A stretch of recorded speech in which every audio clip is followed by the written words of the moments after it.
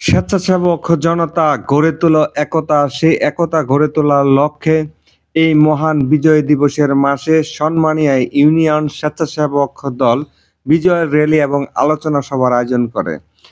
আপনারা জানেন ১৯৮০ সালের ১৯শে আগস্ট শহীদ প্রেসিডেন্ট জিয়াউর রহমান মানবতার সেবায় নিয়োজিত হওয়ার জন্য স্বেচ্ছাসেবী সংগঠন গড়ে তোলেন, যার নাম হচ্ছে বাংলাদেশ জাতীয়তাবাদী স্বেচ্ছাসেবক দল, যার ওয়ার্ড থেকে কেন্দ্রীয় পর্যায়ে এই কমিটির সদস্যবৃন্দ রয়েছে।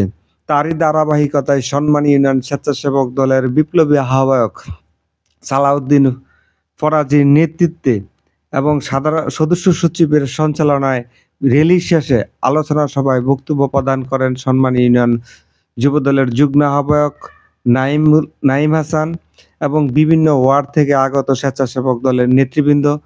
এখানে আরো উপস্থিত ছিলেন ছাত্র দলের সাধারণ সম্পাদক নজরুল ইসলাম এবং কৃষক দলের সভাপতি নেতৃবৃন্দ। বক্তব্য রাখছেন সম্মানী ইউনিয়ন বিএনপির বিপ্লবী সাধারণ সম্পাদক ফারুক হোসেন সরকার। বাংলাদেশকে ভারতের একটি অঙ্গরাজ্য হিসেবে পরিচালিত করতে চেয়েছিল, বাংলাদেশকে ভারতের কাছে বিক্রি করার জন্য চেষ্টা করেছিল। আপনারা জানেন খনি হাসিনা আজকে ভারতের মাটিতে বসে বাংলাদেশের বিরুদ্ধে ষড়যন্ত্র করছে। আপনারা বাংলাদেশের মানুষ হিন্দু বৌদ্ধ খ্রিস্টান মুসলমান কোন জাতি সর্বজাতি এই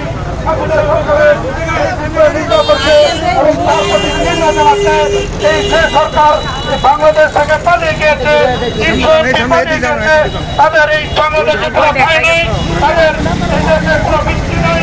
তারা যে সময় বাংলাদেশে আসবে তখনই তাদেরকে প্রতিষ্ঠিত করা হবে। আপনারা এই আন্দোলন সংগ্রামে শরীক হয়ে